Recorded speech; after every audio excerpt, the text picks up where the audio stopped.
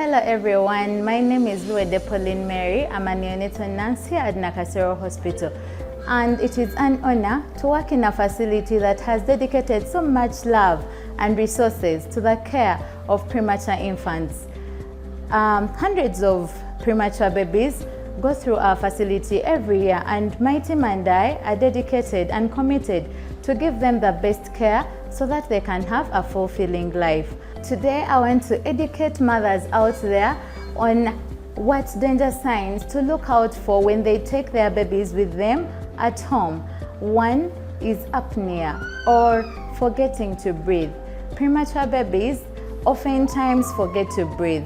Being born prematurely, their lungs are immature, so sometimes they may fail them. So you will notice that the baby has stopped breathing, or their breathing has slowed down. And in case you notice that and you are home, please stimulate the baby. Try to rub their back, tickle their ribs, or maybe tap their toes to just bring them back. And when they get aroused, kindly rush the baby back to hospital so that proper assessment can be done and the best care can be given. Another sign to look out for is difficulty in breathing. Babies are supposed to be breathing at a regular rate, and it has to be effortless. In case you notice that the baby's work of breathing has increased, they are using a lot of energy to breathe, sometimes you may even hear a noise. Some people know it as wheezing or any kind of funny noise when the baby is breathing, because there shouldn't be any noise when a baby is breathing. It has to be very calm. And in case you notice anything that is out of the normal, the baby is having irregular breaths, the baby is having retractions or chest indrawing, please bring back the baby to the hospital so that the baby can be taken care of. Another sign to look out for is high temperatures and low temperatures.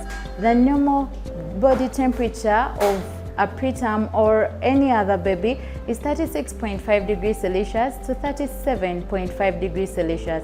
And in case you check your baby's temperature and it is below 36.5, of course you'll have to be concerned. You are home. What do? First of all, try to do KMC, that is kangaroo mother care.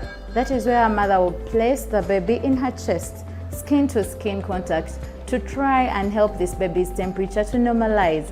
In case a mother does that and it doesn't help, try to swaddle a bit more. And in case all that doesn't work, please bring back the baby, because that may be a sign of infection. And if the temperature is high, the baby's temperature is higher than 37.5, that is a high temperature. Try to expose the baby, try to tape its sponge with lukewarm water, and if all that doesn't work, please bring back the baby to us. Let's assess the baby and see what's wrong. The other sign that I won't forget to talk about today is failure to feed or vomiting of all feeds. These are two different ones. Let me address them this way. Failure to feed. Usually when our babies are living here, we calculate for them an amount that they are supposed to feed every other time. It may be every 2 hours or every 3 hours. And in case you have your baby at home with you and you notice that whatever doctor recommended you to feed, the baby is unable to finish everything, you ought to be concerned. Please phone your pediatrician. Bring back the baby to the hospital. Let's assess and see what's wrong. Also, in case the baby is vomiting each and everything that you are giving to them, it's also something to be concerned about, because when a baby is vomiting, they won't be able to thrive the way we want them to thrive when they are with you at home. The other sign to look out for is convulsions. It rarely happens, but it does happen, and it is not a good thing. This is uncontrolled shaking of the baby's body.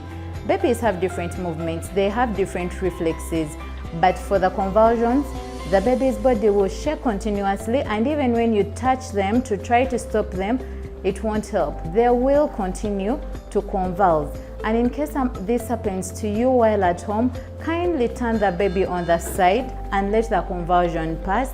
Once the convulsion has passed, please rush the baby to the hospital so that they can be cared for the right way. So these, among very many others, are the danger signs. There are so many others that we need to look out for.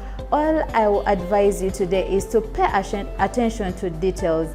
Pay attention to these little ones, because they won't be able to speak to tell you that I'm hurt here, this is making me uncomfortable.